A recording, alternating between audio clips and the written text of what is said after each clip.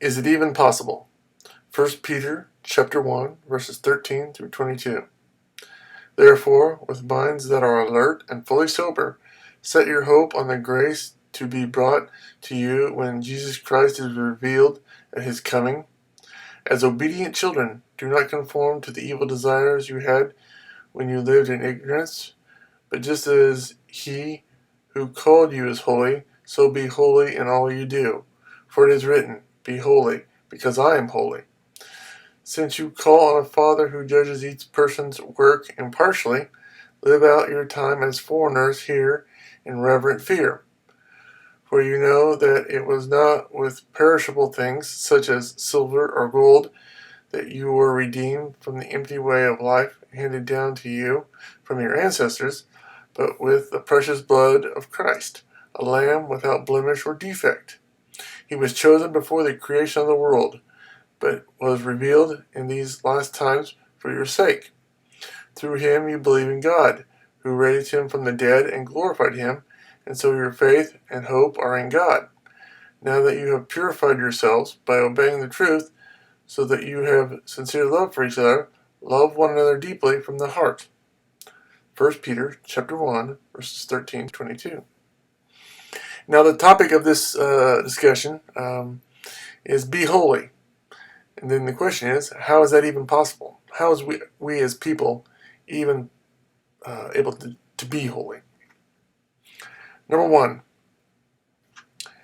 it's who we are. And the first verse is Hebrews chapter 10, verse 10, which says, And by that will we have been made holy through the sacrifice of the body of Jesus Christ once and for all. Once for all. Hebrews 10:10. So it's not something that we have done, but it's through the sacrifice of Jesus. The second one is Ephesians chapter 2, verses 8 and 9, which reads, For it is by grace you have been saved through faith, and this is not from works, it is the gift of God, not by works, so that no one can boast. Ephesians chapter 2, verses 8 and 9. So it's not something that we can earn through works. Can't do it. It's impossible. But it's a gift of God through faith. And then the third verse under it's who we are is Romans chapter 10, verses 13 and 14. How then can they call on the one they have not believed in? And how can they believe in the one whom they have not heard? And how can they hear without someone preaching to them? Romans chapter 10, verses 13 and 14. So basically that's saying, you have to believe in God, but how can you believe in something that you haven't heard? And how can you hear something without someone preaching? So someone needs to preach or tell you about the truth so that you can know it and believe it. And hopefully that's what this video is doing. It's telling you the truth so that you will know and can believe and will have salvation. And that's the point of the Christian church, the Great Commission. That's why preachers who really do what they're supposed to be doing and teachers of Christ who are really doing what they're supposed to be doing do what they do, because they are preaching and teaching so that you can hear and so that you can believe and have salvation. So that's it for It's Who We Are. The second section is It's How We Live. And the first verse is 1 Thessalonians 4:7. For God did not call us to be impure, but to live a holy life.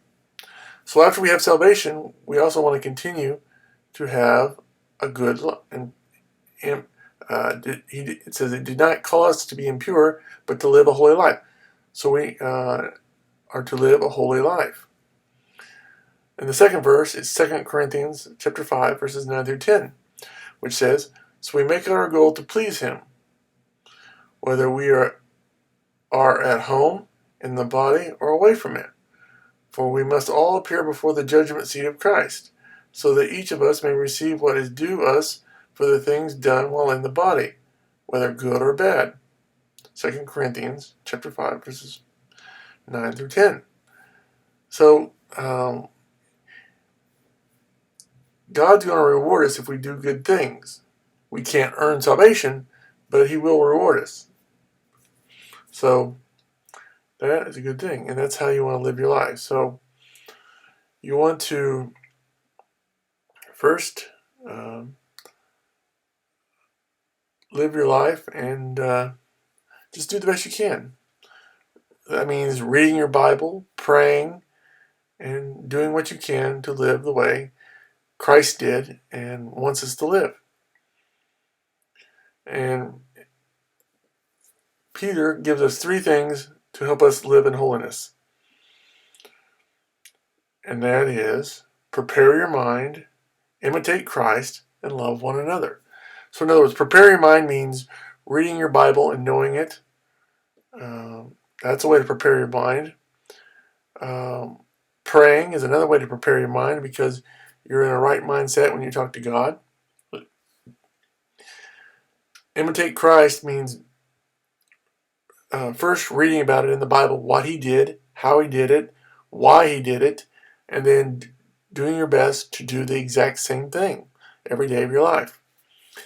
And the third thing is love one another, which starts with the golden rule of doing unto others as you would have them do unto you, and just treat people